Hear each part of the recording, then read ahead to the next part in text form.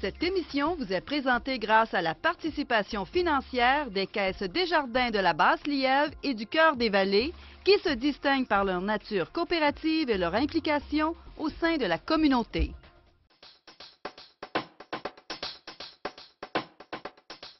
Jeudi 16 mai 2013. À Infomac ce soir, une école hôtelière à Buckingham. Retour des vélos de quartier. Les nouveaux arrivants visitent Gatineau. Et début de la saison de football pour les tout-petits.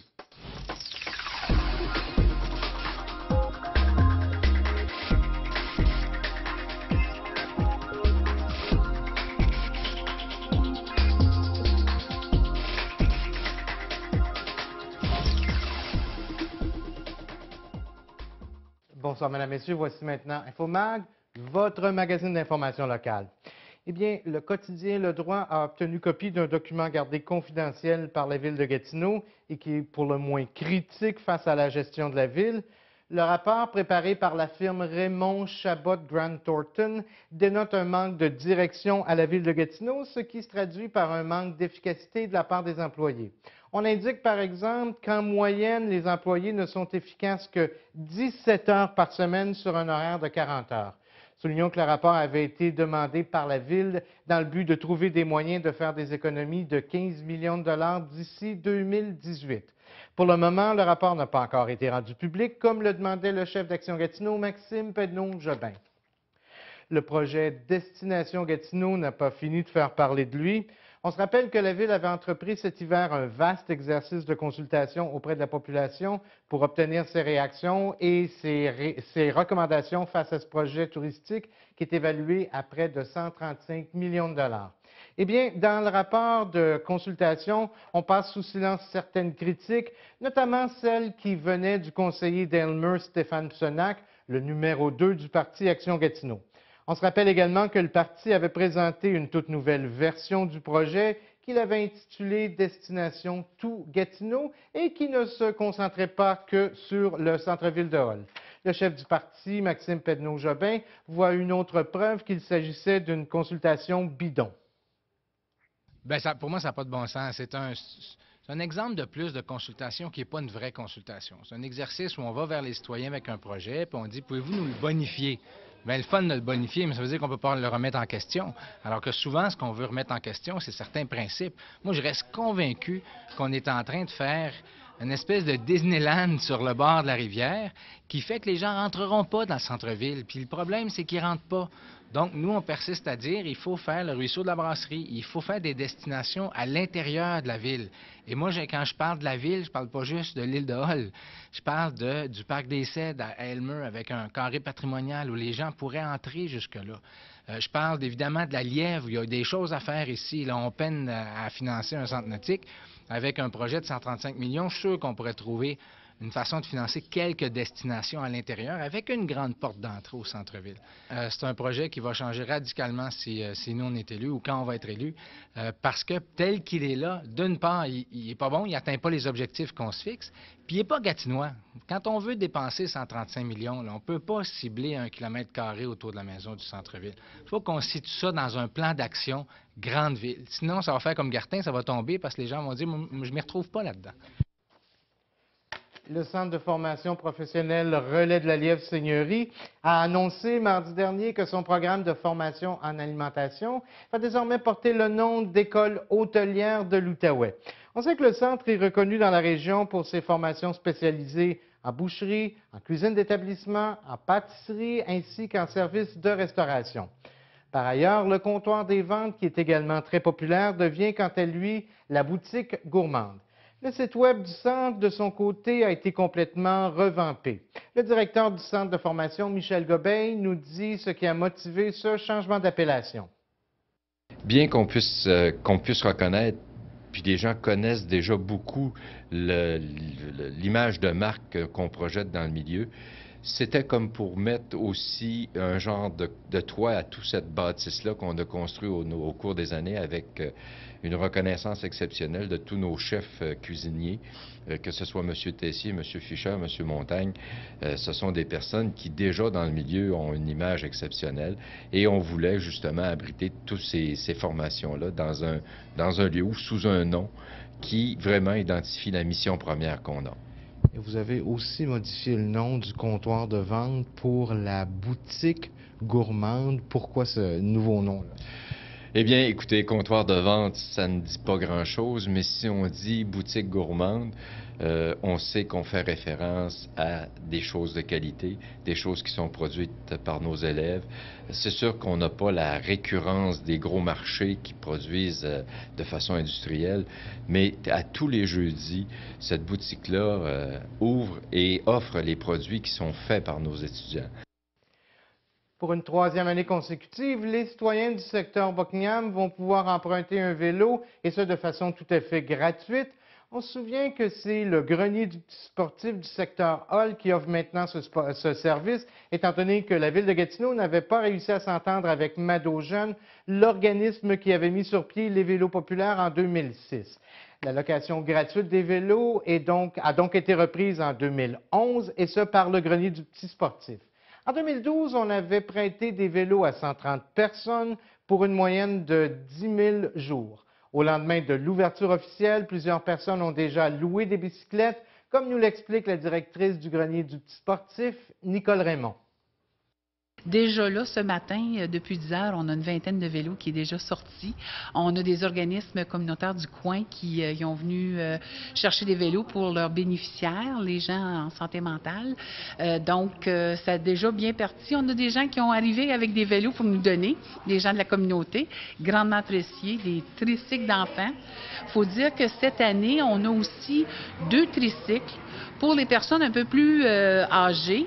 Ça vient aussi du corps policier de Gatineau, les polices de Gatineau, et les polices aussi de la MRC des Collines. De temps en temps, ils ont des vélos non récupérés, là, donc on peut aller chercher les vélos là, à ces endroits-là.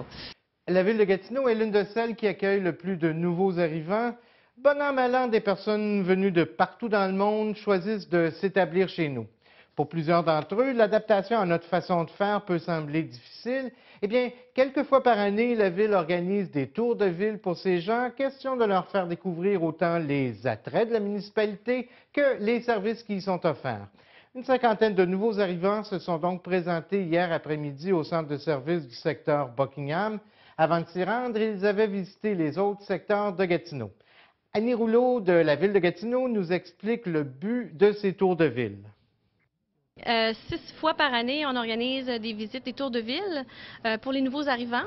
Ça peut être aussi des gens du public qui arrivent de l'Ontario ou d'ailleurs. Puis le but, c'est de les initier à la Ville de Gatineau pour qu'ils se familiarisent avec le territoire, mais aussi et surtout avec les services municipaux. Donc, pour qu'ils connaissent où sont les bibliothèques, comment ça fonctionne pour la carte accès loisirs, puis aussi les centres sportifs, les installations sportives et culturelles. Puis aussi, aujourd'hui, on se fait recevoir, donc on passe d'Elmer à Buckingham, contrairement à un tour de ville régulier avec une agence de voyage qui on va s'arrêter davantage à l'histoire. Nous, on parle des services, de ce qui est accessible à eux et tout ça. Et on visite aujourd'hui aussi le centre de services pour qu'on connaisse qu'est-ce qui se passe ici, quels sont les services de proximité. Les gens sont très contents. Ça leur permet, comme on s'est déjà fait dire, en une journée, j'ai appris plus qu'en 4 mois ici. Alors, c'est vraiment le but et l'objectif de la journée, c'est de faciliter l'intégration, leur permettre de connaître les services et de les utiliser. Le Centre Action Génération des aînés de la Basse-Lièvre a présenté hier sa programmation pour l'été 2013. Suite au succès que les activités ont connu en 2012, la plupart des ateliers qui ont été présentés l'an dernier reviennent cette année. Par exemple, les ateliers de Tai Chi qui avaient lieu au Parc George dans le secteur Buckingham ont connu un véritable succès. Alors qu'on s'attendait à ce que 5 ou 6 personnes à peine y participent, ils étaient plutôt près d'une vingtaine semaine après semaine. Bien, le centre a décidé d'en offrir également dans le secteur maçon en 2013. Par ailleurs, c'est le retour des ateliers de bricolage au cours desquels les aînés vont pouvoir notamment créer des bijoux à partir d'articles recyclés, mais aussi confectionner un faux vitrail. La directrice des activités au Centre Action Génération des aînés, Julie Mercier.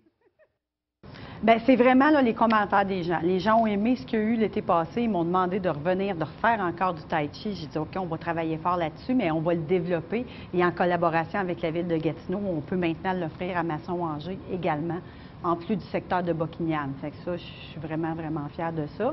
Et au niveau du bricolage, c'était la même chose. On m'a demandé, on va avoir encore des ateliers de bijoux. On aimerait ça aussi cette année, faire du faux vitrail. Fait que j'ai dit, bon, bien, OK, je vais le faire, mais différemment. C'est pas le même atelier de faux vitrail qu'il y a l'hiver. Là, cet été, les gens vont travailler un petit peu plus. Ils vont le réaliser au complet, du début à la fin. Je m'attendais dans les ateliers bricots d'été qu'il y ait peut-être 4-5 personnes, mais il y a des fois où on était 12 personnes. Donc, c'est là qu'on s'est dit vraiment, moi et Michel, la directrice, qu'il y avait un besoin et qu'on était pour continuer ça parce que ça répond vraiment à un besoin. Il y a des gens qui sont là, qui répondent à l'appel. Au niveau du tai chi, on avait une moyenne de 20 personnes par mercredi matin au Parc Gendron. C'est mardi dernier que la Ville de Gatineau a présenté son bilan sur la gestion des matières résiduelles. Eh bien, le moins qu'on puisse dire, c'est que les Gatinois adhèrent de plus en plus aux efforts de la Ville. En effet, en 2012, Gatineau a réussi à diminuer de plus de 500 tonnes la quantité de déchets qui a été envoyée à l'enfouissement par rapport à 2011, malgré une croissance démographique de 2,5 %.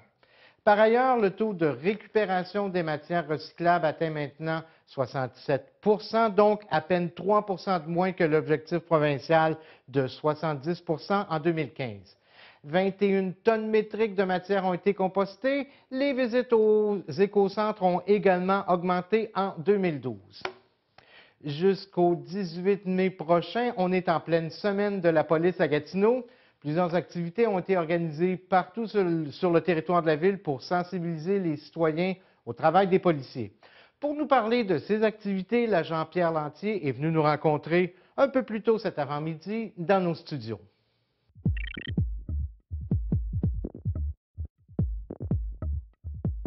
Pierre Lantier, merci encore une fois de venir nous rencontrer dans le secteur Est. Depuis vendredi dernier, et ça jusqu'à samedi, en fait, après-demain, on est en pleine semaine de la police. Et le moins qu'on peut se dire, c'est que ça a commencé un petit peu sur des chapeaux de roue avec l'événement, là, on sait, qui a impliqué une policière. Je ne veux pas rentrer dans les détails de cet événement-là, mais comment la policière se porte aujourd'hui? Elle se porte bien. C'est certain que, ce que je peux vous dire, elle est toujours sur un choc suite à l'événement, un choc émotionnel, comme de raison. Côté physique, ça se porte quand même assez bien. Donc, on est derrière elle pour la supporter là, avec ce malheureux événement. Alors, bonne chance à cette policière-là. Si on parlait, bien évidemment, de la semaine de la police, pourquoi on a tenu à avoir une semaine de la police, dans le fond, pour présenter votre métier un peu, j'imagine? Oui, c'est des semaines thématiques pas mal aux mêmes dates à chaque année pour, justement, c'est surtout dans le but de créer un rapprochement avec les citoyens, expliquer notre travail, les activités de prévention qu'on a. D'ailleurs, on a débuté vendredi la semaine avec notre tournoi de golf, la Fondation du service de police. On va remettre d'ailleurs 22 000 $ à 3 organismes communautaires. Donc, c'est une très bonne nouvelle. Et plusieurs autres activités, justement, au cours de la semaine. Prévenir le vol d'identité. Les gens peuvent aussi aller également, on parle de samedi prochain qui s'en vient, aller faire déchiqueter les documents confidentiels. On va avoir des policiers qui vont être au bureau en gros de la montée paiement, accompagner des gens de la Banque du Canada pour justement le vol d'identité, ces choses-là, la fausse monnaie. C'est une très bonne activité. Ce qu'on a aussi également, qu'on a eu aujourd'hui, on parle de jeudi, on a des policiers qui sont à l'école secondaire Hormidas-Gamelin. Au niveau de rencontrer les jeunes, de leur faire connaître le métier de policier. On leur fait faire des trajets au niveau avec la veste anti-balle, de la pesanteur, montrer ce qu'on a apporté à chaque jour. Également, on va avoir un kiosque de prévention au niveau de parler d'intimidation, également de tout ce qui se passe dans les écoles. Donc, on crée des rapprochements non seulement avec les jeunes, mais également avec toutes les personnes au niveau de tous les âges. Et ce qui est intéressant quand on parle des polyvalents, donc ici à l'école secondaire Hormidas-Gamelin, c'est que les jeunes peuvent voir que vous êtes effectivement des êtres humains, mais peut-être aussi donner le goût à certains jeunes d'endosser ce métier-là. Oui, c'est le but de faire connaître notre travail. D'ailleurs, également, nos policiers, l'unité canine, le K9, comme on appelle, vont être présents pour faire une démonstration justement aux étudiants de l'école, qu'est-ce qui est le travail vraiment d'un policier maître chien. Donc, c'est très populaire, puis les jeunes voient qu'on est accessible. Je pense que c'est le bon mot à dire. Donc, c'est le but justement de cette semaine-là. Vous nous parliez là, évidemment de la semaine ou de l'activité de déchiquetage. Il y en a eu une la semaine dernière dans le secteur Hall. Comment ça se passe? Comment les gens réagissent à ces kiosques-là? On a quand même plusieurs personnes qui viennent nous voir. Les gens, souvent, on va dire de ne pas jeter les documents confidentiels dans les poubelles ou ces choses-là. C'est accessible justement pour les fraudeurs. Donc, venez nous voir. Il y a une compagnie qui est là, qui va être là avec nous pour justement faire le déchiquetage sur place. Également, on va parler de fraude, vol d'identité. Notre fameux numéro, numéro d'identification personnelle, il faut le protéger toujours. Les gens, souvent, on peut voir ça dans les centres d'achat, composent leur numéro, c'est accessible. Il faut faire attention à ces choses-là. Il faut faire attention quand on les choisit, nos NIP, de ne pas prendre nos dates de naissance, parce que si le portefeuille se fait voler, bien, la date de naissance est là et c'est facile de deviner le NIP. Vous nous avez fait parvenir aussi la semaine dernière des communiqués pour nous reparler, encore une fois, malheureusement, des fraudes par compassion qui sont de retour, si on veut, un petit peu là, dans l'actualité actuellement. Oui, la fraude par compassion, malheureusement, est de retour. C'est des fraudeurs qui sont très agiles.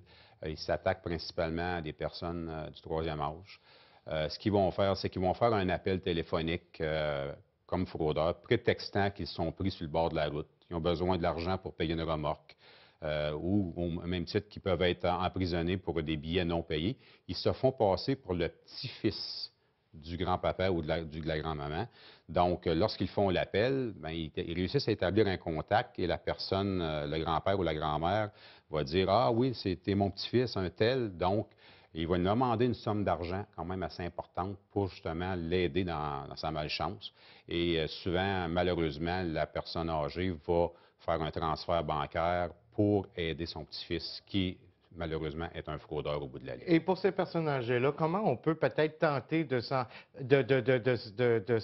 sauver ou de ne pas embarquer dans le bateau, si on veut? Première chose à faire lorsqu'on termine l'appel, c'est d'appeler soit le petit-fils, s'il y a un téléphone cellulaire ou à la maison, d'appeler les parents de l'enfant et de valider si effectivement il est pris en quelque part.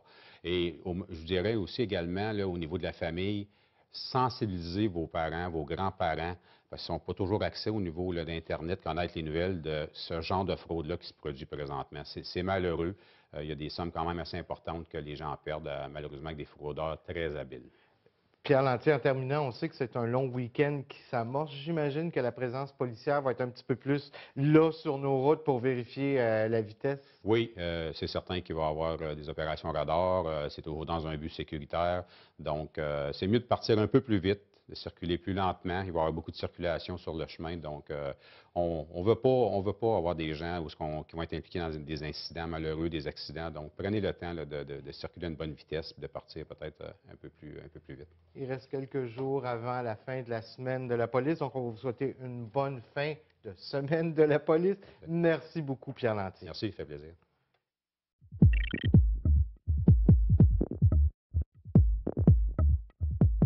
Tu m'entends-tu?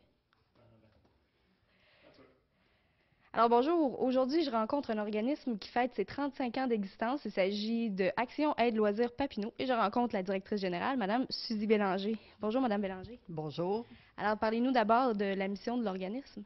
Action Aide Loisirs fait de la défense et de la promotion des droits des personnes handicapées de la petite nation, de Papineau.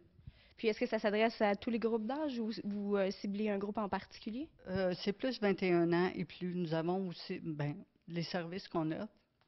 Nous avons un centre de jour. Nous avons aussi un service de répit dépannage pour les personnes de 50 ans et plus qui ont un handicap. Ça, c'est un service c'est à la journée ou la demi-journée qu'on doit payer. Nous offrons aussi des activités à la carte, dont les cafés-rencontres, les ateliers cuisine, la danse, les quilles et les différents festivals. Vous nous parliez d'un centre de jour, c'est quelque chose qui est quand même relativement récent. Qu'est-ce qui se passe justement pendant le jour dans ces centres-là? C'est des activités d'intégration sociale qui est offert à cette clientèle. Nous recevons une cinquantaine de clients par semaine, du lundi au vendredi. C'est quand même beaucoup. Oui. Puis, vous nous parliez aussi plutôt de défense de droits. Comment est-ce que vous agissez au niveau de la défense des droits? Nous avons nous faisons de la sensibilisation dans les classes, du secondaire 1 à 5 à Papineauville. Et nous faisons aussi la première et troisième année dans différentes classes de Saint-André, de la Petite Nation. Puis vous les sensibilisez, j'imagine, au niveau des différents types de handicaps qui existent? Handicap intellectuel, handicap physique, les traumatismes crâniens, santé mentale. On fait tout le tour de... Chaque année est différent. Puis finalement, qu'est-ce qu'on peut attendre pour comme célébration de 35e anniversaire? Le 35e qui se fait jeudi prochain, c'est de 10h à 5h. C'est une porte ouverte, les gens peuvent venir nous visiter, venir voir comment ça se passe dans nos locaux. Parce que la clientèle, tout le monde est là, tout le monde est bienvenu. Venir voir comment est-ce que ça se passe une journée. Bien, je vous remercie beaucoup, Mme Bélanger. Merci. Alors voilà, c'était Émilie Charon-Pilote et Suzy Bélanger pour la chronique communautaire.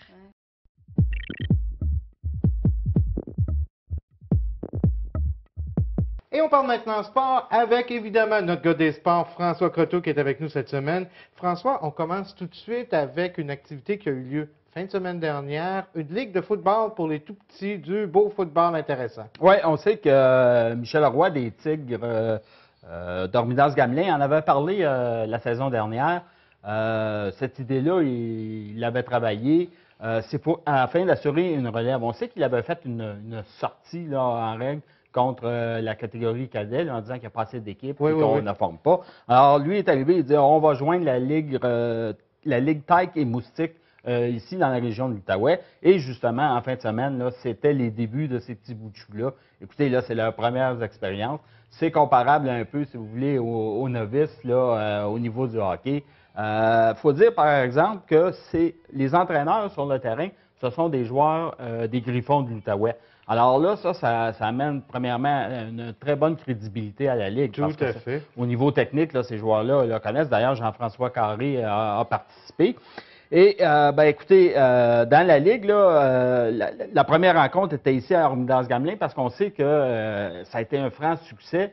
Il y a 3 équipes des Tigres là, qui se sont joints à la Ligue cette année. Et, justement, on laisse Michel Leroy là, nous résumer un peu l'action qui s'est déroulée pendant la journée. Alors, on est très contents. C'est fort agréable de voir des tout-petits qui commencent à jouer au football à l'âge de 7-8 ans dans notre secteur. C'est même comique, on a un petit bout, je pense, on a pas à peine 7-8 ans, puis coach, un de ces jours, on va jouer avec vous autres. Alors, pour nous, notre paye, est là la paye. Fait on est super contents, puis on va avec énormément d'enthousiasme cette association-là. Voilà, merci beaucoup Michel, évidemment. Le temps de vous corriger quelques secondes, on parle évidemment de Jean-Philippe Carré. Ouais. Voilà, la correction est faite. On parle maintenant de soccer. C'était le début de notre équipe semi-professionnelle ici, le FC Gatineau. Oui, ils ont ouvert la saison locale vendredi dernier. Malheureusement, la température, si on se souvient, n'était pas tout à fait au rendez-vous. Là, c'était pluvieux et froid. Mais quand même, on a eu droit à un excellent match. Les spectateurs présents ont bien apprécié le calibre. Et disons que là, c'était contre l'Assomption. L'équipe locale, le FC Outaouais, a subi la défaite par 3-1, mais ils avaient gagné leur premier match. Donc, ils présentent maintenant une fiche d'une victoire et une défaite.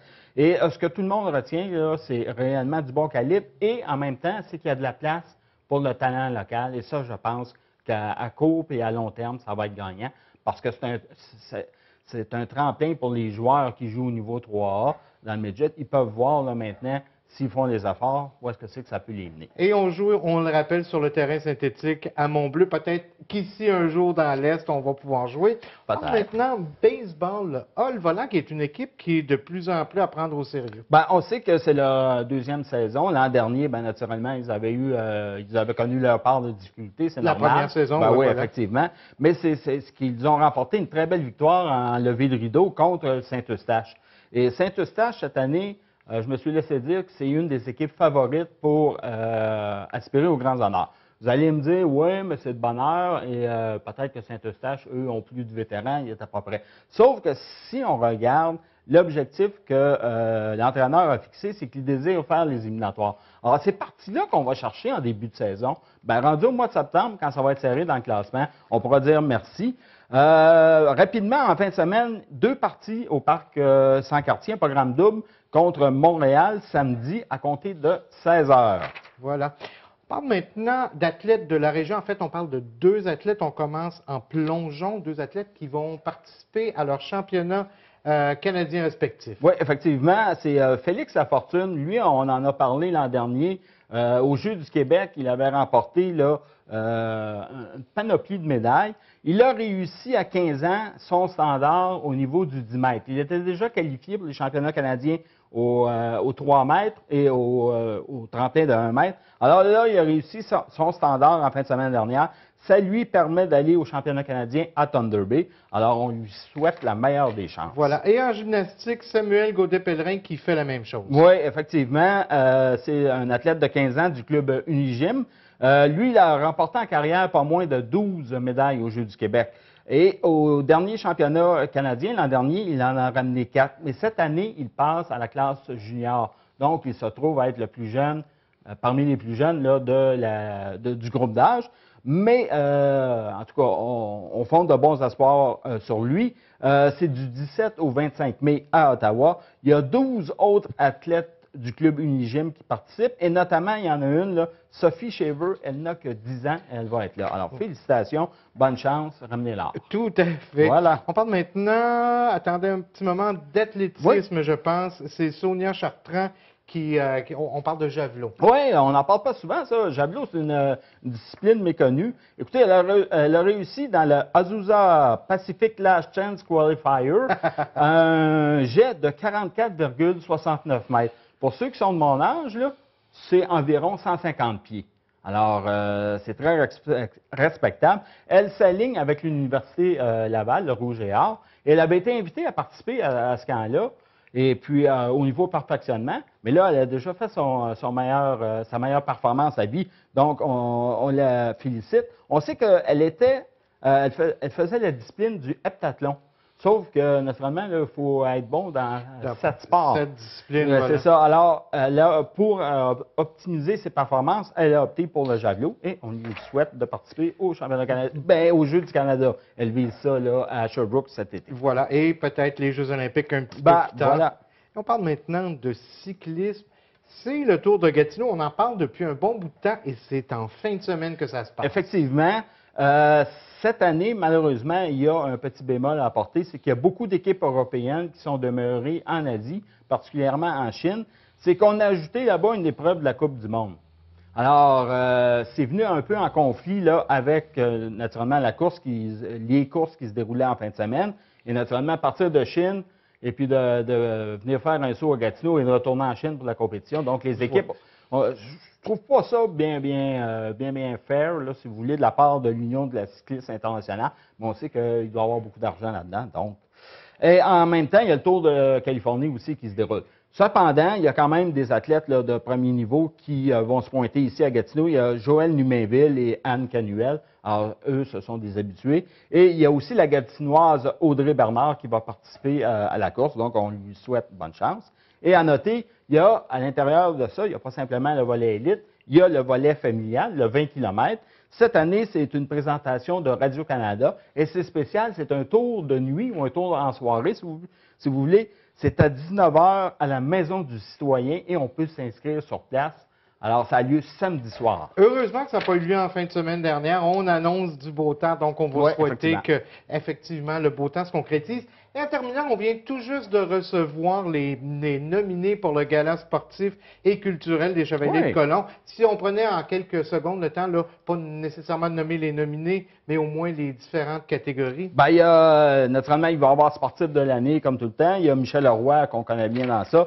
Il y a personnalité d'art et de culture, mais je vois votre nom, M. Pilote. Il ne faut pas le dire. Il y en a d'autres, naturellement. Il y a athlète de l'année aussi, athlète le plus prometteur. Et personnalité de l'année et plaque du centenaire. On va avoir des nouvelles là-dessus un peu plus en détail. En fait, la semaine prochaine, normalement, on devra avoir un petit peu plus un topo, une image complète. Voilà, merci beaucoup, François. On se revoit jeudi prochain pour une autre chronique. Alors, c'est ce qui complète notre émission pour aujourd'hui. Mon nom est Michel Pilote. Au nom de toute l'équipe, je vous invite à rester des nôtres. Tout de suite après notre émission, c'est l'émission Parole à l'élu. Mes invités cette semaine, évidemment, Maxime Pedneau-Jobin. Et on en reparle la semaine prochaine. Je reçois la semaine prochaine les deux députés de notre comté. Merci. Bonne fin de soirée sur nos ondes.